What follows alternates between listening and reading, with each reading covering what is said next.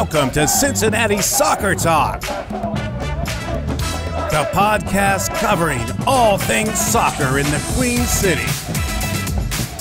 So get in touch, soccer fans. Email us at feedback@cincinnati-soccertalk.com. Now, here's your host, Nick Suberly.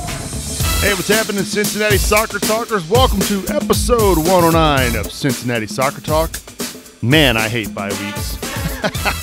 I want FC Cincinnati to play every weekend from here on out. I know it's not realistic, but bye weeks are kind of a bummer for me. They did play over the weekend. They played against the Columbus Crew Reserves. We're going to talk about that this week. We're also going to look ahead to FC Cincinnati's first trip for a league match, for an official league match against Indy 11 this upcoming weekend. And back by popular demand, we're going to play the Wikipedia game a little bit later on in this week's show. It's going to be a good one, so make sure you stay tuned for that. Of course, you can always get in touch with us on Twitter at Cincy Soccer Talk. You can email us feedback at cincinnati-soccertalk.com. And, of course, you can always support the show by going to cincinnati-soccertalk.com/support. Captain. Hey, we've got an episode captain this week. Let's give it up to Mike Berryman. Mike, thank you so much for supporting us here at Cincinnati Soccer Talk. You're wearing the armband very proudly for this episode of CST. If you'd like to learn more about wearing an armband for an episode of Cincinnati Soccer Talk, log on to cincinnati-soccertalk.com/support. Let's welcome in my cast of characters this week. We welcome back the one and only Rob Pierce, who's no longer sporting the pink Hello Kitty headphones. He went out and got some manly man headphones and looking good. Rob, how's it going, buddy? Pretty good. Good evening, everybody. My masculinity just went up a degree or two. I felt a bit empty this week without any FC Cincinnati soccer. I'm sure like we all did, at least none that I could watch anyway. In fact, I didn't watch any soccer this weekend at all. The FCC's bye week matched up with the international break. Of course, there was plenty of USL and MLS action, but I wound up going to with my daughter to a birthday party for one of her friends and knocking some stuff off the honey-do list. But now I know how they feel in England in September. You get your season going, and then you stop with that early international break. For us, it was just a bye week, but you get that delicious first taste of steak in your mouth, and then they pull the plate away, and you're just left with a knife and fork, and you're still hungry. But there's a match coming up this week against Indy 11, which we'll get into in a little bit. So can't wait to talk about it. So you said you had a honey-do list, Rob. Did you go to a little Home Depot, a little Bed Bath & Beyond? You don't know where it's going to take you? Is it kind of that atmosphere there? No, my wife is actually much better at the home improvement stuff, but I did some cleaning and some organizing and stuff like that. Well, your wife, I'm sure, is very thankful, Rob. We're thankful to have you here with us this week on CST. Glad to have you back. We also have back Brian Weigel. Brian, how's it going, buddy? Not too shabby. Finally got a healthy house, no sick babies, and glad to talk a little soccer out here. I was thinking about this, Rob. You were talking about where you went. I can tell you where you didn't go this weekend, to one of the matches in Major League Soccer in New York, Dallas, or sadly in Columbus, because apparently nobody went there this weekend. So glad to be a part of a lively atmosphere this weekend in Indianapolis. So hooray for all of us. Yeah, it's going to be a good weekend coming up for fans of the Orange and Blue. It sounds like quite a few FC Cincinnati fans are making their way up to Indianapolis. Yeah. Just remember, it's going to be 31-3 on 331. So we gotta run up the score versus the Doctor of D2, Nipun Chopra's squad. The Doctor of D2, is that his new nickname? Of course, it's a good one. It fits. It's not new. I mean, I think I cracked it out at the end of last year. All right, the Doctor of D2, Nipun Chopra. Yeah, he's a supporter of Indy 11. It's going to be a good time. Last I heard, we have about 1,000 people heading up there. Hopefully that number creeps up a little bit higher as the week goes on as well. So it's going to be a good showing for the Orange and Blue. Speaking of good showings, he always makes a good showing when he comes on this show. He is the lone wolf, the wolf man, Bill Wolf. Bill, what's going on, bud? Oh, not much. I'm just amused over here on Facebook watching Nipun throwing whatever at our supporters. So calling the score like 31-3 or something like that, and bashing Skyline Chili. So I don't know. We're gonna have to kick him off or something. Yeah, I don't even know how to go about doing that. I'm glad somebody's watching the Facebook tonight. I'm tuned in over on YouTube. Andy Rosen, who's watching live, he says hello. Yeah, I didn't watch any soccer over the weekend at all either. With the international break, there was no Premier League to watch. Kind of hard. I'll be honest. Since the United States didn't make the World Cup, like my interest in international soccer, it's just not there. Like I don't care. Like I just. It's gonna be really tough over the summer too, not having our team in there. But yeah, I didn't. The United States legitimately plays Tuesday night, Subes. No, I get that. I do. I get that. But I'm not there, man. I just am not. I'm not. Sorry. Call me fair weather. Call me what you want. I'm soccered out. Even though I'm a soccer bro, I'm a little soccered out, and my spring season hasn't even started yet, which that'll be gearing up here very shortly. But it was kind of nice to kind of have a weekend away from not sitting on the couch watching soccer and spending it at the indoor arena playing, watching our kids play. Can we all just take a second and realize you just called yourself a soccer bro? I mean, come on, dude. You don't even wear a bandana in front of your face or something like that. Come on. Nah, that's just a label that was given to me on Twitter many months ago. I can't remember who it was. I think it was an Enquirer writer complaining about soccer bros going at him for something that he wrote. And, oh yeah, I do remember that now. So I'm not really. I don't even know what that is. I have no idea. Yeah. So let's talk about the match over the weekend that nobody got to watch. First and foremost, they were supposed to play the Dayton Flyers. That was snowed out. That was going to be on Fox Sports Ohio. So that would have been kind of cool to get the orange and blue on some regional television. Oh, that didn't work out. Instead, they go up to Columbus. They face the Crew reserves, and I don't know what you really make of it. You had two halves for each of the 45 or 2 45s for the guys. I mean, Bill, do you take any stock into what happened over the weekend with the Crew? That we're essentially kind of in the realm of an MLS quality team. I mean, our reserves can match their reserves, and our starters can beat their reserves. I don't know. I wouldn't get too worried about it. I mean, we obviously were fresh legs coming in the last 45 minutes, and they had some trialists and other things going on. I don't know. You can really take a lot out of it, but it's good to see the guys get a win and get some goals in the net. I mean, we haven't seen a lot of games where FCC scores 4 goals. So amen. You're correct there, Bill. It's about the performers. It's about Haber and Cicerone keeping on what they've been doing all preseason. It's about Welshman. From what I gathered, those guys put a pretty good shift in. And then, the guy who we talked about having a slow preseason, Manu, he scored. He got on the goal sheet. That's great. Now, Columbus did have 2 academy players under the age of 17 playing in this match, and I'm sure their legs were a little tired towards the end. But, 4 goals, getting motivated to at least keep attacking in those matches is a far cry from what we saw earlier in the preseason. So it's great. And Rob, other than St. Louis, you really can't expect to throw out 4 goals on anybody. So yeah. Brian mentioned Haber a second ago, and I'll never be mistaken for a soccer coach, but I would love to see him get on that right wing some more. If you do that, somebody has to get bumped. Who do you bump? That's the big question. Yeah.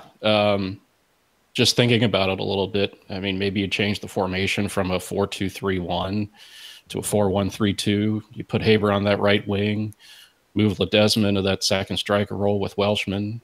Ryan stays in front of the back line. Walker becomes a hybrid box-to-box, kind of a central attacking. There's a lot of tinkering, and again, that disclaimer that I'm the last person who should be creating lineups, but where I would put Walker, I would love to see Nas there, at least just to see what he could do. I think it would unlock a lot of features for the offense.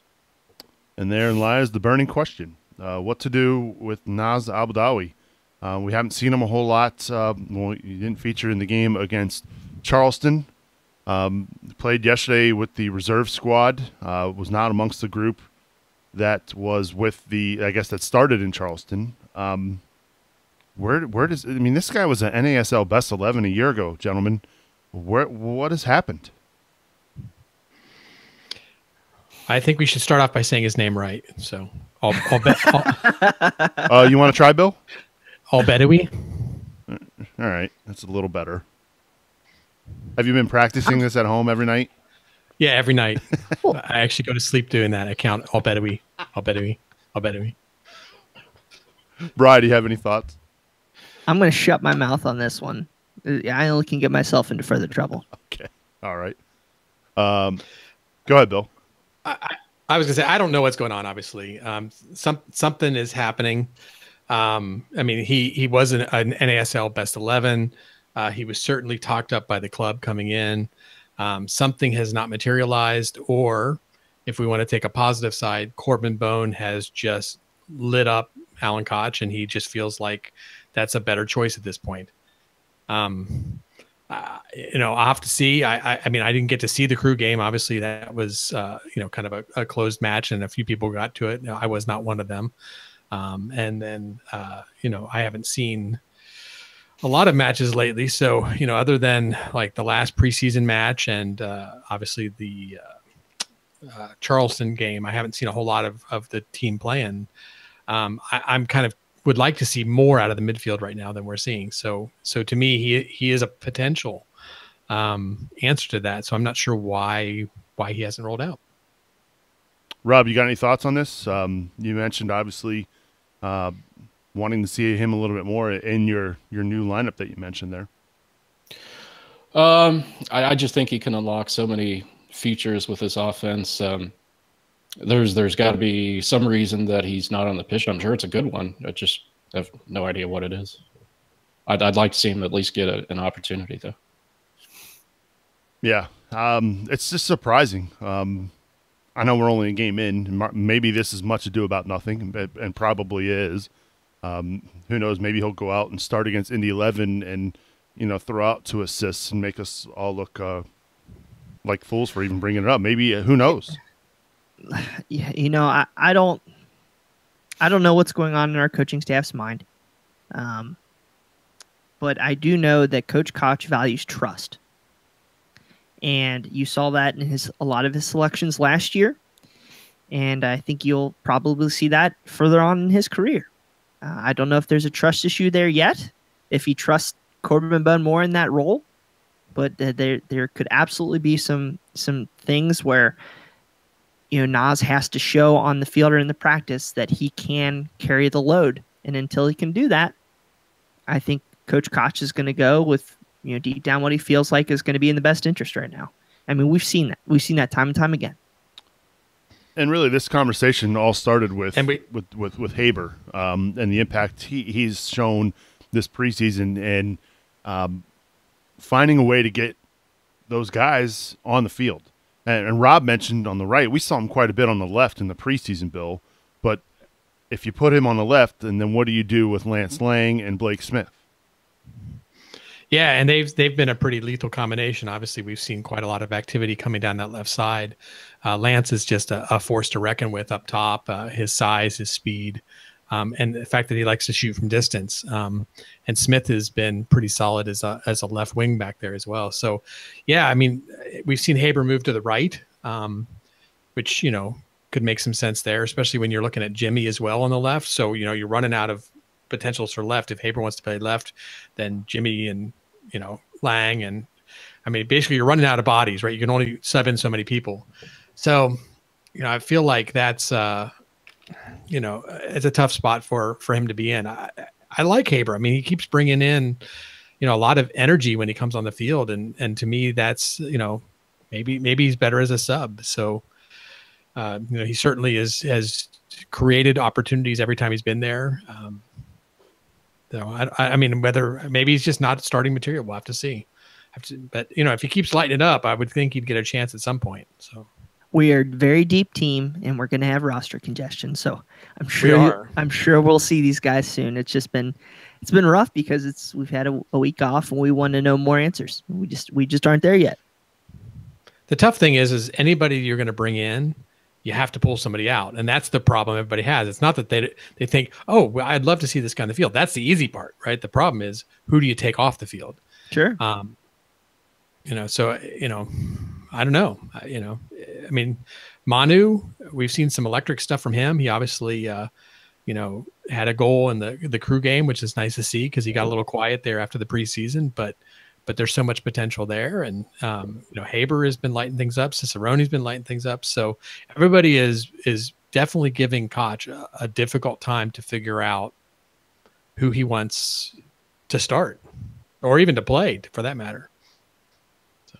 Well, what we do know is that FC Cincinnati found a way to keep some legs fresh, keep them going, keep them active through the bye week, which has got to be rough. I mean, I'm sure when the schedule came out however many months ago, they saw this open weekend and thought, well, that's kind of bites. You're ramping up for that first game, and then you got to take a break for 2 weeks.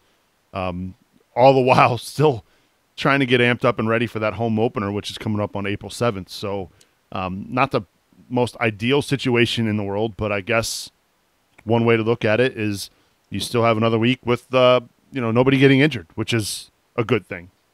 Keeping guys off the injury list and keeping them fresh, giving them the minutes so that hopefully they're ready to go for this game coming up against Indy 11.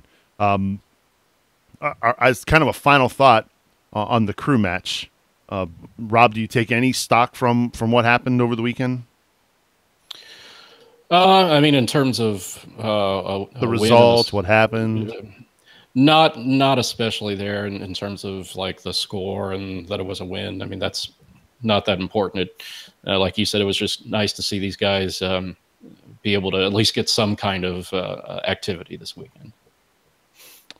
Yep, I think we all kind of feel that way here at CST. So, but hey, I guess a win is a win. It is what it is. Now they move on and get ready to face an Indy 11 squad, getting ready to play their first ever game at Lucas Oil Stadium coming up. So they're going to be geared up and ready to go for that match as well. With that said, it's that time of the show where we give a big shout out and thanks to our loyal supporters. Got to give it up to Tim Bronsel and King's Hammer, Matt Adamczyk, Mama Subs, Brian Malone, Jamie Smed, Mike Hudson, Jonas Tom, Jack Emery, Mike Bowman, Jesse Gill, Kathleen Francis, Jesse King, and Teresa Everidge. Thank you so much for supporting us here on CST. Next week, it's the first week of the month, so we're going to be announcing everybody who supports Cincinnati Soccer Talk. So get your name on that list by going over to cincinnati-soccertalk.com/support.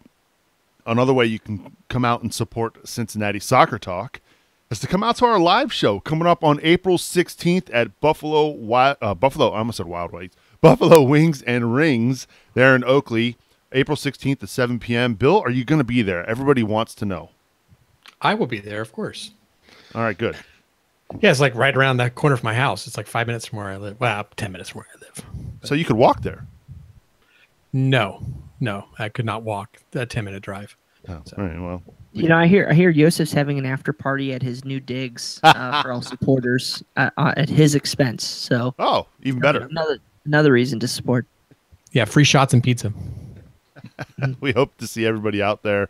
Now, again, April 16th. Go celebrate getting your taxes done by heading out to Buffalo Wings and Rings in Oakley there at 7 p.m.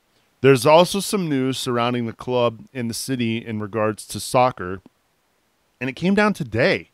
FC Cincinnati and the city of Cincinnati, they've made no bones about it. They've been actively trying to get to be a part of the United bid for the World Cup in 2026, Bri. And we got some pretty significant information today about Cincinnati's chances. Heck yeah, we did.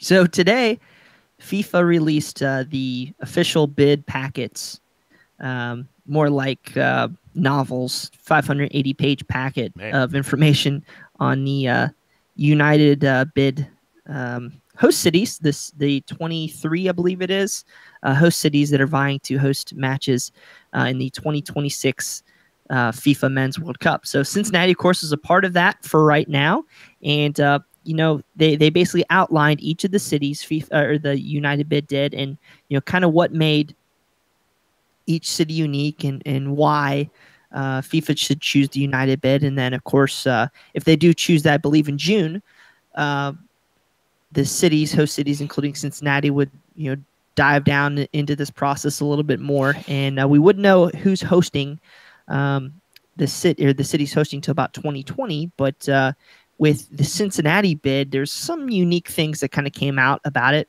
One was, I think, on the Major League Soccer side, is a future training ground would be in Milford. Is that right, Bill? I think it said Milford, or it said Milford. Yeah, Milford. So that's interesting. I'm not sure. I know we've heard Northern Kentucky, parts of Hamilton County, parts in Claremont County, the King's Hammer training ground. Didn't we hear Butler County at some point in Hamilton? Yeah, you're right. Yep. You're right. Hamilton was up there at one point. So I think that's something that's pretty neat to hear about for FC Cincinnati. Of course, Paul Brown Stadium would be the host site. The one unique thing about Paul Brown, it's the second smallest of all the United States stadiums, I think, and that's about 2,000 more seats than Orlando, and that's an approximate. So that's kind of something that might be a little bit tricky for FC Cincinnati. But as I said, there's plenty of training grounds. The what we addressed in a previous show is that teams could also be, if we don't get picked to host games, they could be base camps, and Cincinnati could offer, great base camps with all the different training facilities in the region. But also, I think there's chances for us to host other auxiliary events, such as the Fan Fest. That they said a 250,000 person Fan Fest would be hosted on Sawyer Point. So I think that'd be kind of cool, watching a game on a projector by the river. So definitely check out our story on our CincinnatiSoccerTalk.com. Kind of goes through everything. Don't know, I'm really missing out here, guys. I guess my immediate thoughts are, I feel pretty good seeing all this information, but I'm still kind of nervous just with our transportation, mass transport, or lack of system here in Cincinnati, where most of the other cities really have it. I think that kind of might have us looking on the outside right now. What about, and we kind of talked about it earlier, I was surprised to hear a couple of cities that have pulled out. A couple large cities that have pulled out, that you would have banked on them being hosts after, a city like Chicago that was a major player in the '94 World Cup, now not being involved. I was surprised to hear that. Yeah, Chicago, Minneapolis, they're both out. I think Vancouver and Canada might have pulled out, or I'm not sure exactly, or somehow their government's pulling out. So there's definitely a chance for Cincinnati to get a spot. Don't get me wrong. We are one of the smaller markets, but as I think the bid packet said, we are an hour flight or within a day drive of 60% of the population of the United States. So we're definitely, we might not be the sexy option like a New York, but I mean, there's definitely a lot of upside to the Cincinnati bid. Plus, we got Jeff Birding, so hey, that's a win. It is a win. When you heard some of those details today, Rob, was there anything that really stood out to you as far as the bid for Cincinnati? Yeah, the strengths would be the development of the banks and the rebirth of the OTR over the Rhine area. There would be great opportunities for fan interaction, like Brian said, at Sawyer Point, and the banks, places like Smale Park. Those are obvious pluses. A chance to showcase everything that's been built along the river in the last 10 or 15 years. We know that Sawyer Point has big events like Riverfest, Bunbury, Blues Fest, and so on. Over the Rhine, we could show off all of our foodie places like the Eagle. Yeah, the Eagle, Atavola, Taft's. I mean, the list goes on. And if you don't have a ticket, you could watch at Rhinehouse. The obvious weakness, though, as Brian mentioned, is the mass transportation. Without getting into city politics too much, the streetcar would be so much better if you connected the banks to Clifton and beyond. That's all I'll say about that. I was just say, keep going, buddy. Keep going. One thing we do have pretty well in this whole thing is we do have a lot of hotel rooms, and I think we're near the top 10 or right around there in terms of hotel rooms, and that's something that's nice to have. Now we don't have the 5-star amenities like New York has, but I think there's an option there where we're not a horrible city by any means. I just think we have one glaring weakness. Yeah, and what I'd really love to see is this is kind of getting visionary here, but is a rail system that connects pretty much the entire city. You go from Anderson and Milford and points east to Cheviot and Cleves and points west, as far north as Mason, as far south as Florence. The transportation itself isn't a death sentence, but I mean, it sure doesn't help. There's a lot of people who need to get from various spots to Paul Brown Stadium and training facilities and stuff like that. We got 8 years.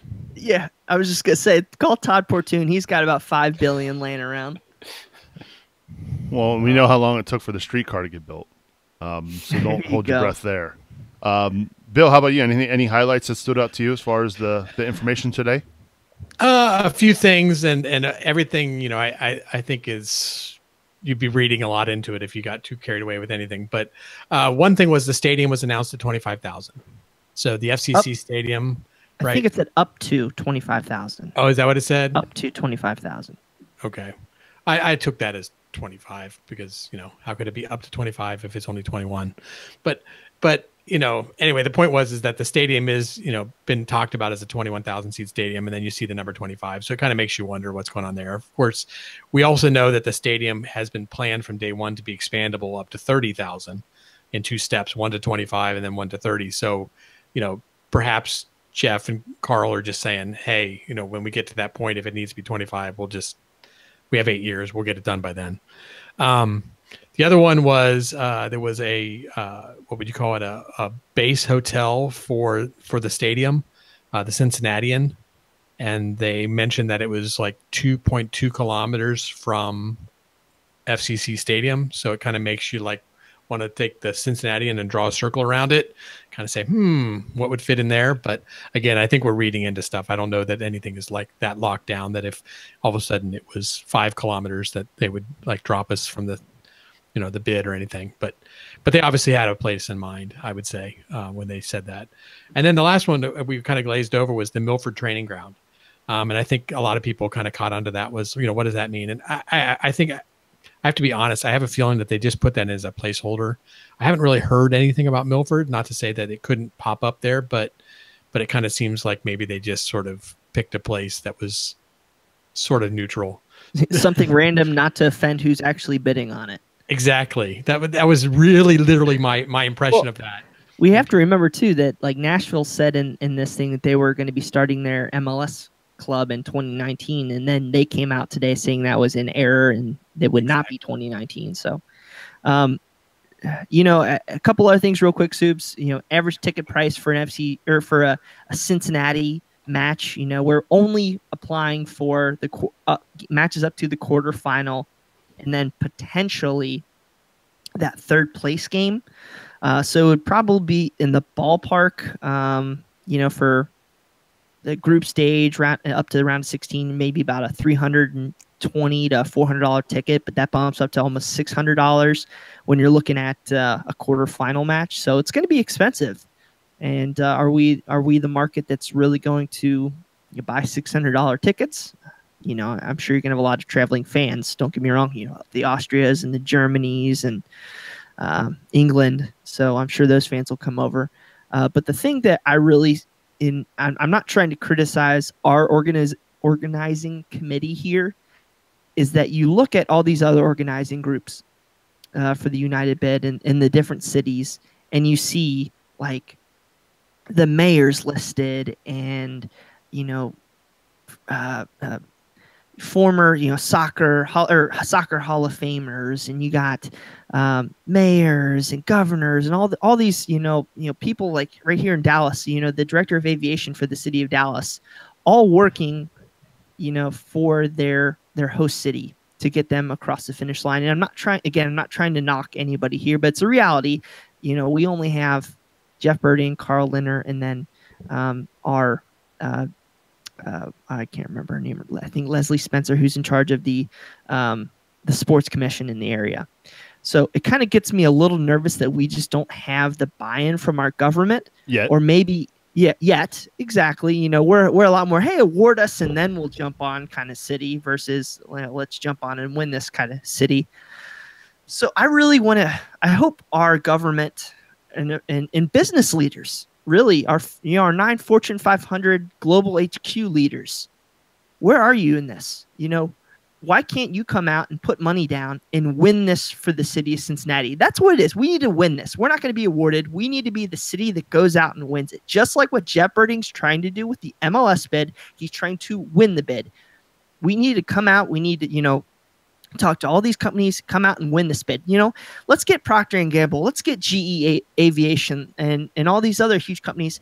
Let's throw $1 million into the pot. That's nothing for these guys. Let's go out, invest in our city, invest in getting the right people to put this on and win it and get global exposure for our city. Because this could be a game changer for the city of Cincinnati. We win this extends our renaissance a minimum of 8 years to 2026. Right? This continues our growth pattern for another 8 to 10 years. So yeah, I challenge us to get out there and win this bid. So I don't know what your guys' thoughts are. That's me and my spiel, but let's do it, guys. Well, it'd be great for the city. It'd be great for the region. Hopefully the United States will be playing in that World Cup. You see what I did there? We get an automatic bid, right? Oh, yeah, I guess. Well, man, I'd hope so. There's 48 teams in that tournament. We better get in the tournament. Good Lord.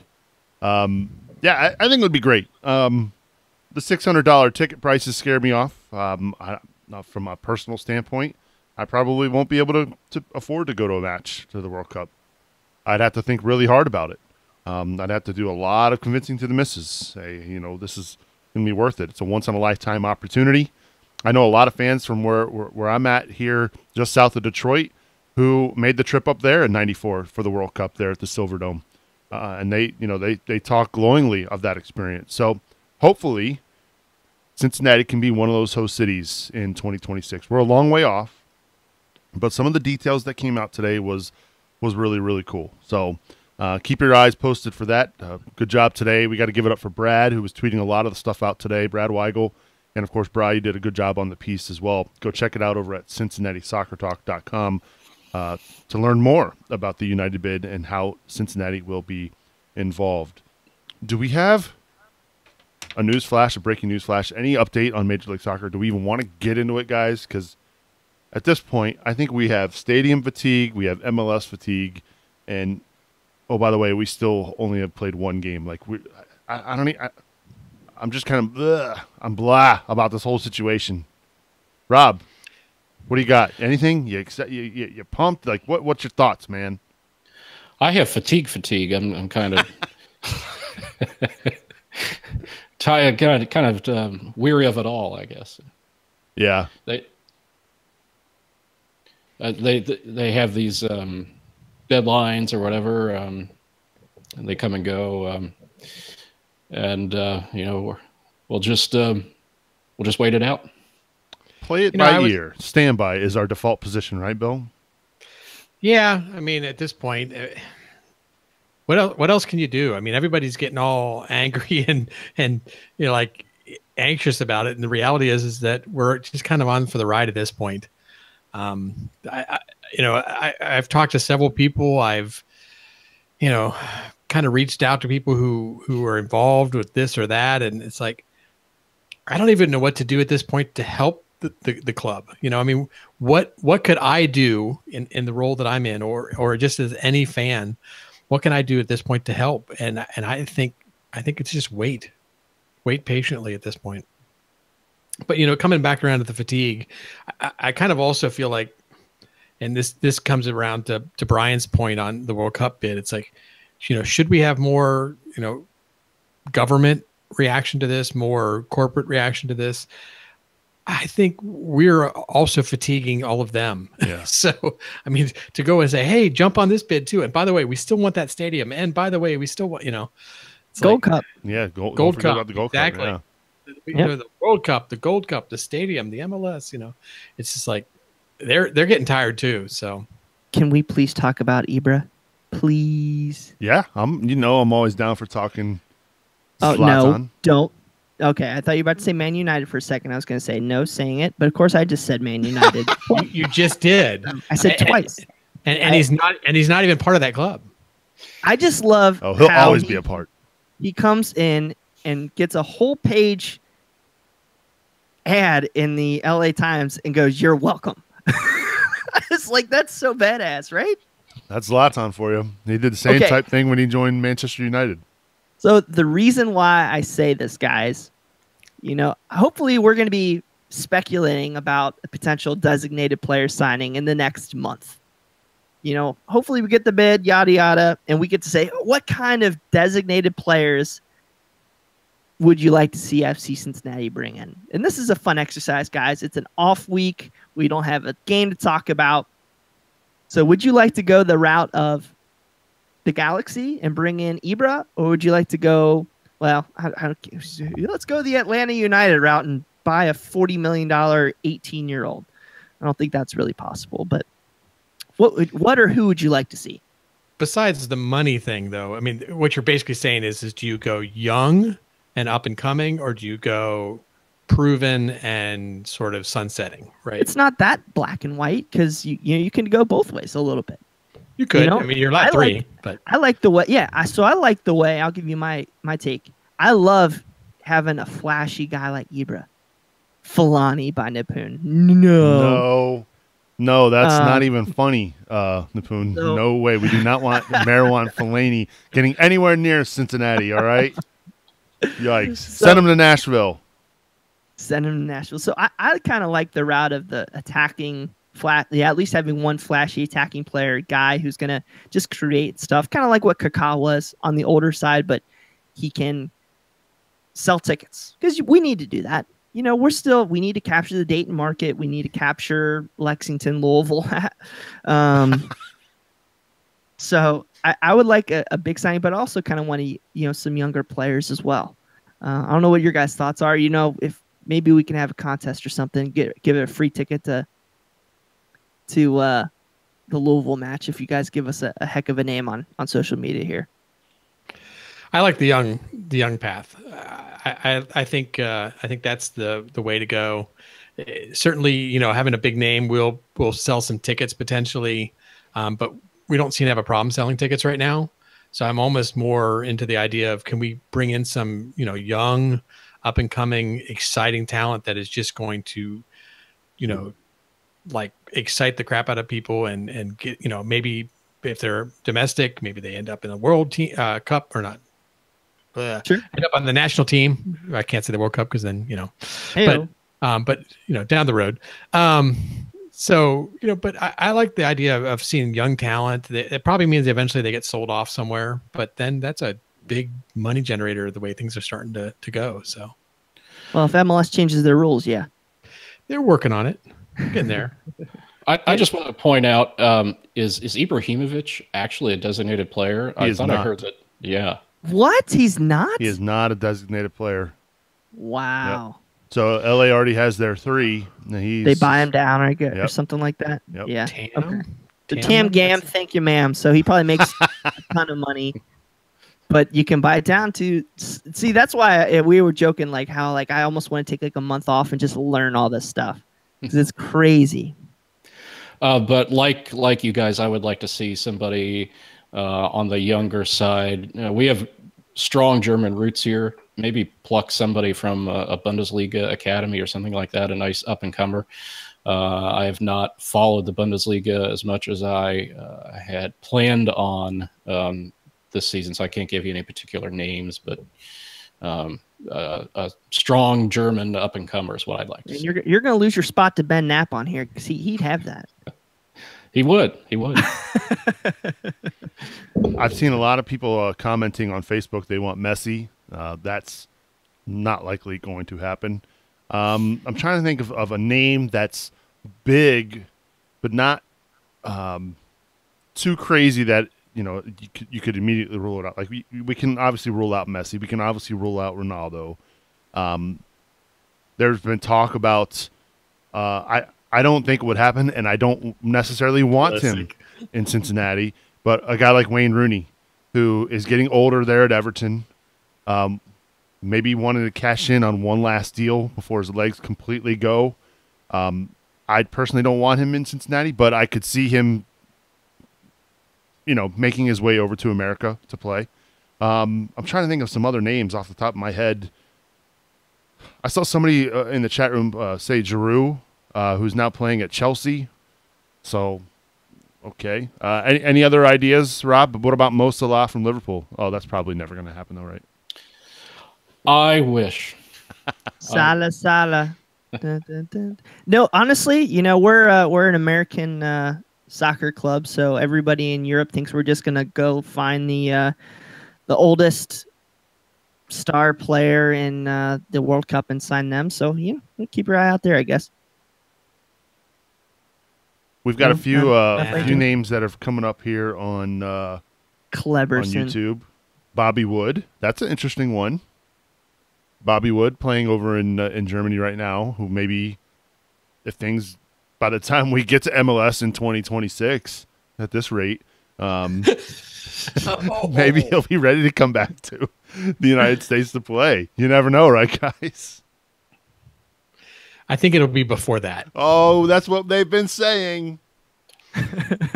I feel safe giving that deadline. I'm pretty sure we will not pass that deadline. Oh, goodness. 2026 MLS bid. Here we go.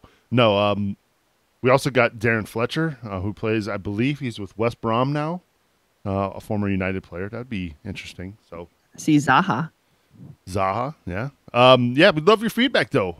Email us, feedback@CincinnatiSoccerTalk.com, with who you would want to see as far as a designated player when Cincinnati joins MLS in 2026. I'm sorry. I thought it was hilarious. All right, shall we play the Wikipedia game? I've been eager and ready to play this game since I won my last championship a few weeks ago, Bri. Fill the listeners in on how to play the Wikipedia game. Real quick.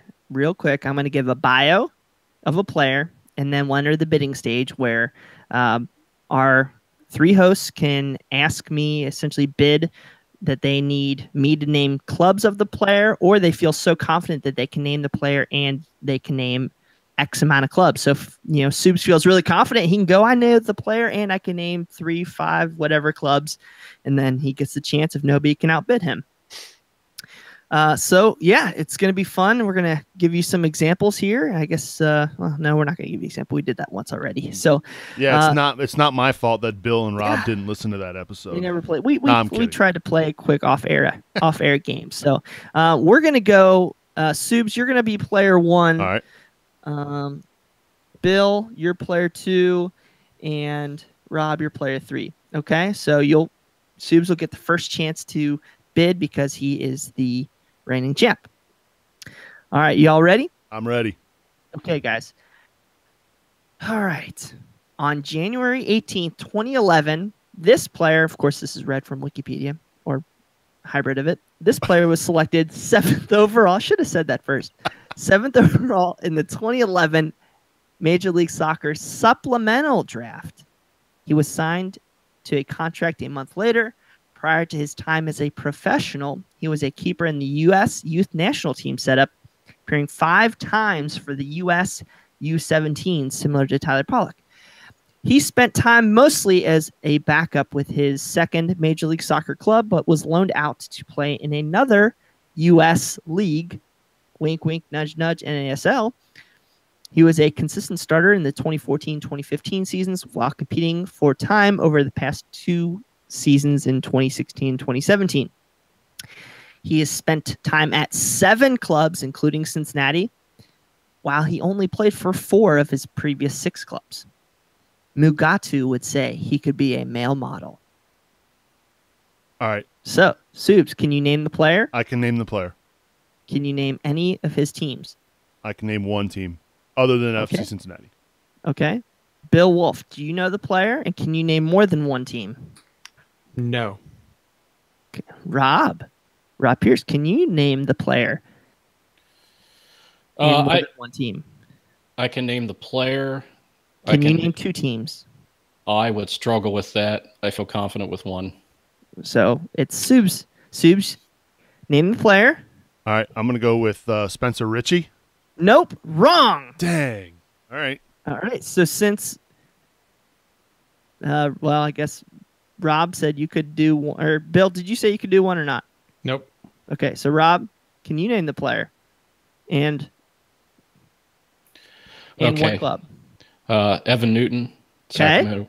Sacramento Republic. Rob, ding, ding, ding. Dang, I was right. I was all, oh man, with the keepers. Son of a. So he played for, he was signed by the Houston Dynamo, loaned to FC Tampa Bay, was then signed by the San Jose Earthquakes, Arizona United, Oklahoma City Energy, Sacramento Republic, then FC Cincinnati. We'll get this rolling here. Good job, Rob. Well done. Bill Wolf, you're up. Oh God. In January 17th, 2013, this player was selected 8th overall in the 2013 Major League Soccer Super Draft. He made his professional debut on March 30th, 2013 against Sporting Kansas City, coming on as a sub in the 79th minute. Later that year, he was loaned to an NASL side who FC Cincinnati will play in the very near future. He made 25 appearances for his first club, including scoring 2 goals. He spent the 2015 season in Switzerland before returning to the United States in 2016. FC Cincinnati is his 5th. Sorry, that's wrong. No, 1, 2, 3, 4, 5. 6th club. 6th club. In his first professional appearances, a big key for the first team he played for, he replaced legend Marco Di Vaio. Key fun fact, the player he has replaced has taken his spot at his former club. Almost a straight swap. So, Bill Wolf, can you name the player? Or do you need me to give you clubs? I would probably need clubs. Okay, how many? Wager. I mean, I don't know. I'm a terrible at betting, guys. Just say 2 clubs. Do you need me Fine. to? Okay. 2 clubs. All right, Rob, can you name the player? No, I'm stumped. Okay, so you can say 1 club, or do you need more than 2? I would also say 2. Okay, so you're out. Subs, do you know the player? I do not, and I would need 2 clubs as well. Okay, so it's going to go to Bill. Okay. All right. He loves What do I this have to game. do? So I'm going to give you 2 clubs, and if you can name him, you win. All right. His first club was the Montreal Impact. His second club was Indy 11. You know the guy?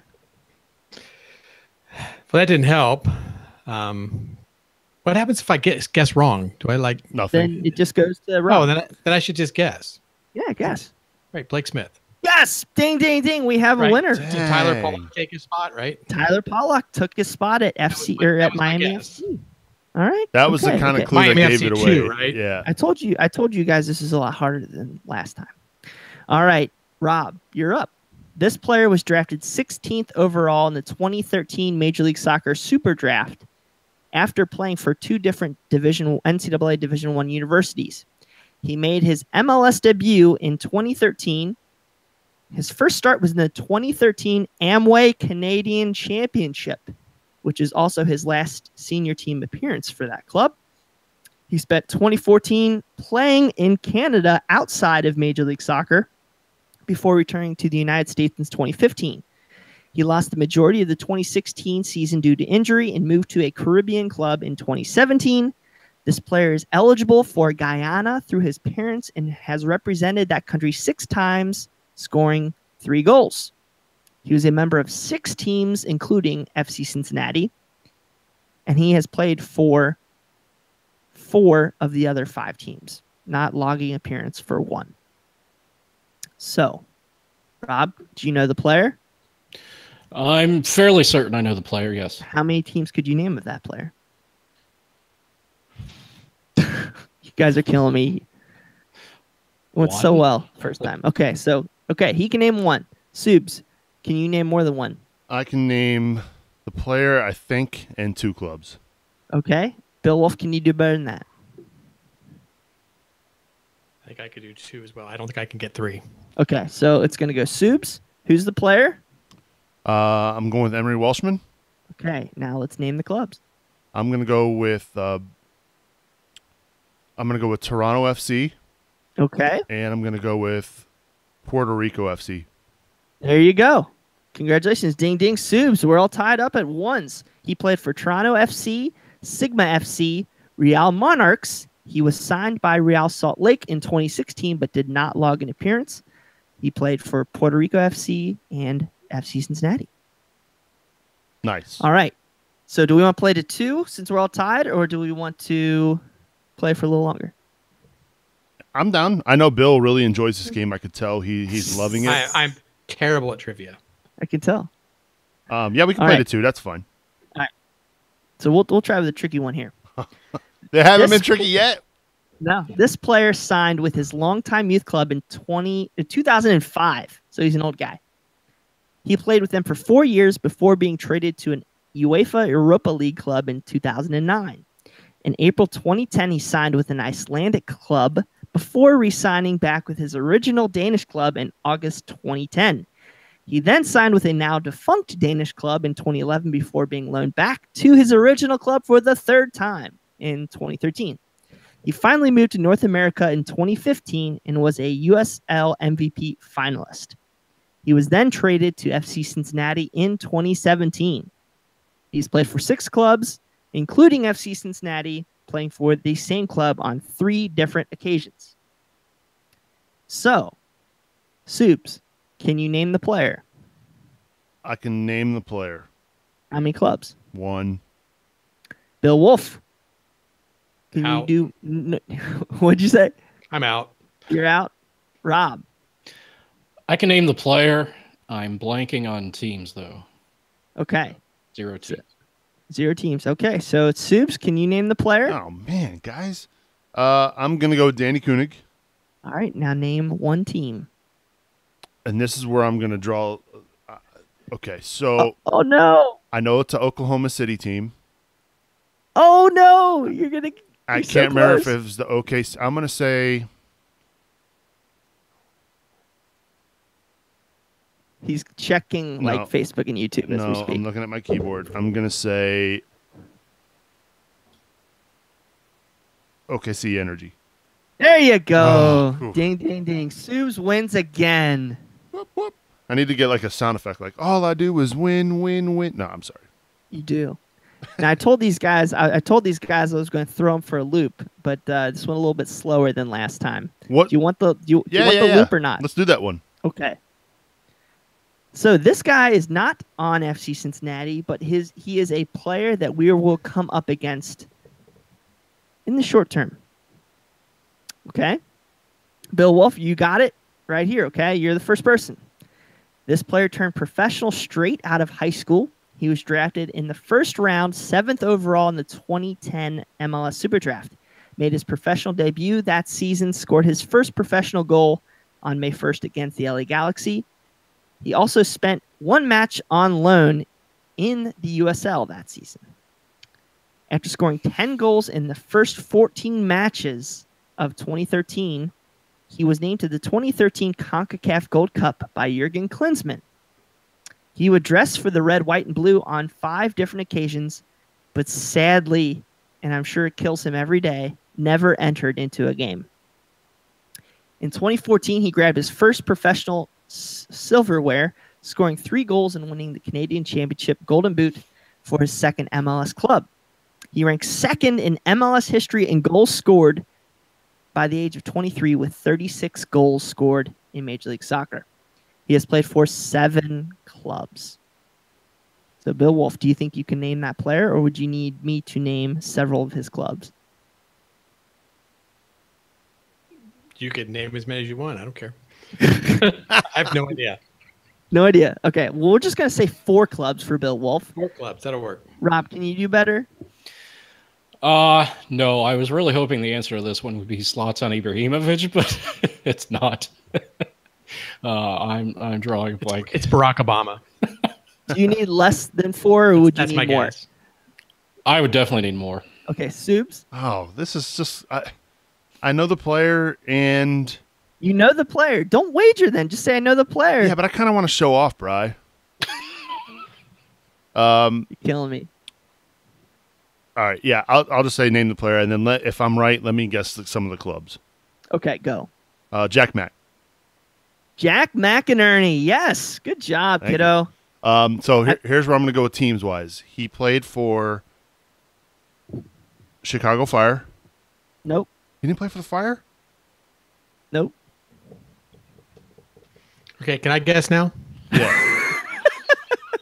I thought I could have. I don't need any clubs. He played.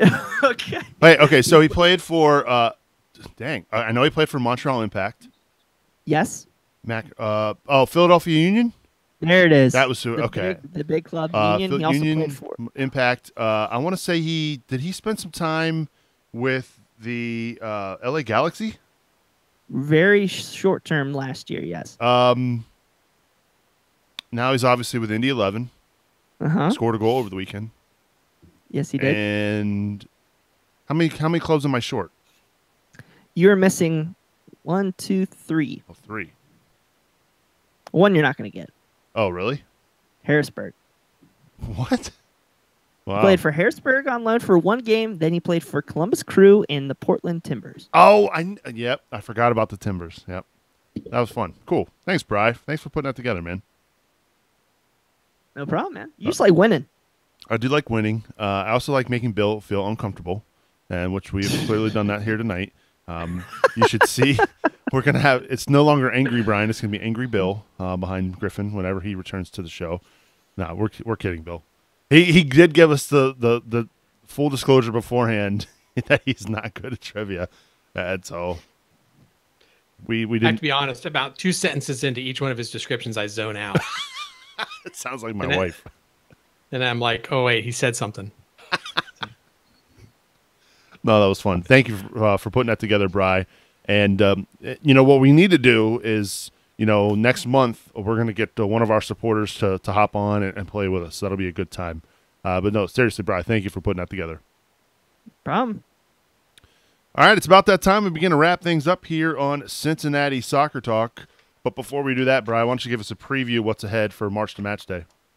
Oh, yeah. We get to talk to the doctor of D2, as I said, Nipun Chopra of Sock Takes, talking all things Indy 11. They're coming off a win in their first ever USL match at Richmond, 1-0 on the weekend. The goal by Jack Mack off a great cross by Suni Saad, 2 former MLS players.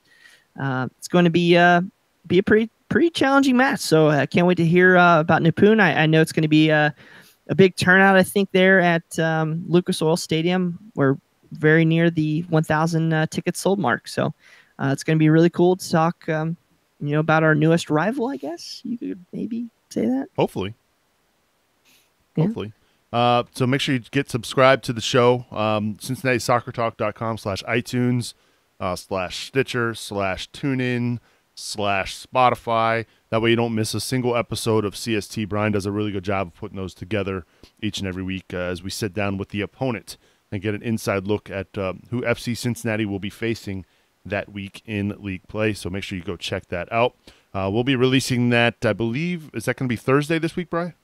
Yeah, that'll probably come out late Wednesday or early Thursday morning. So make sure you check that out. And, of course, we'll have our 5 things to know coming up this week as well over at CincinnatiSoccerTalk.com, where you will see the Growler Cup predictions for the CST cast and crew. So make sure you go check that out as well. And if you want to get involved in the Growler Cup, you still can by supporting the show by going over to CincinnatiSoccerTalk.com/support. All right, let's head over now to Rob Pierce as we begin to wrap things up here for our final thoughts. Rob, thanks for being on the show again. Really do appreciate it. I'm digging the headphones. No more Hello Kitty. You made them look good this week. I appreciate that. It's good to be back.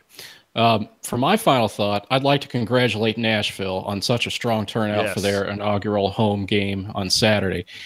18,922 fans, the highest attended soccer game in the United States this weekend. You mean they beat the Red Bulls and all those MLS clubs that played over the weekend? Every single one of them. It was also more than FCC drew at Nippert for the first game back in 2016. So some of the club's attendance marks are likely going to fall this year at the hands of Nashville. And that's just fine with me. That's great, in fact. As impressive as our attendance has been at Nippert, supporters would be foolish to think that that our high attendance marks would stand forever. It's no reason to hate on Nashville. And in fact, it's something that should be celebrated.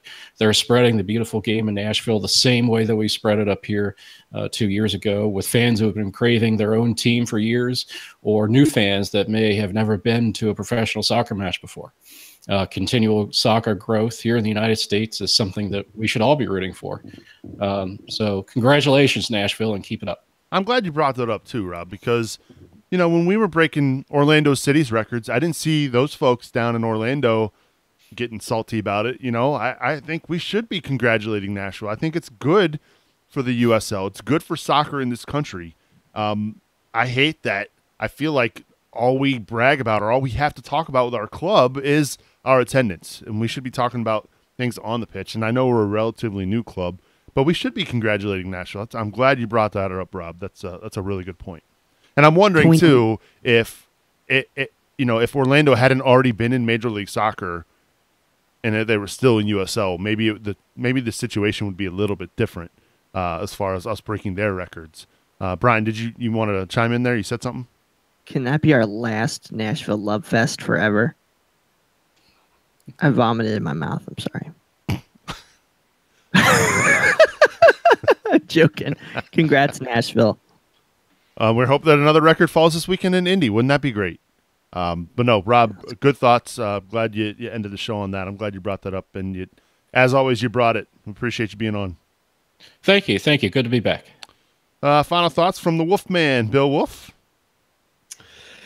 Mostly just excited to get back to soccer. All this stadium talk and MLS bid and World Cup bid and Gold Cup bid. I mean, they're all exciting, but they're just going to happen when they're going to happen. And it's finally nice to get back on the pitch and,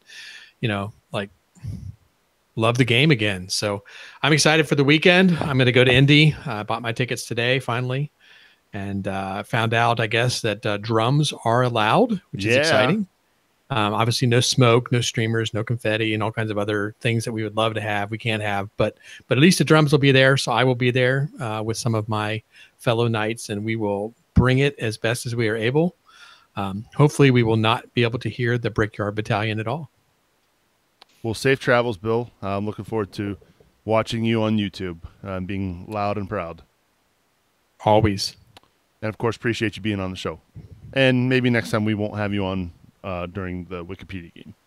We'll give you some advance notice. I'll just exit out. I'll give my closing remarks and just leave early. All of a sudden, we're in the middle of the show and Bill is gone. Where'd he go? Oh, he left. All right. No, appreciate you being on, buddy. And last but not least, we throw it over to Brian Weigel. I kind of echo what Bill had to say there. Can't wait for Indianapolis this weekend. I bought a ticket. Does that mean I'm going to go? We'll see if my wife says yes or not. But hey, if you're going out there, go to Baseys, Baseys, next to the stadium. All the supporters groups are going to be meeting up there around 3 p.m.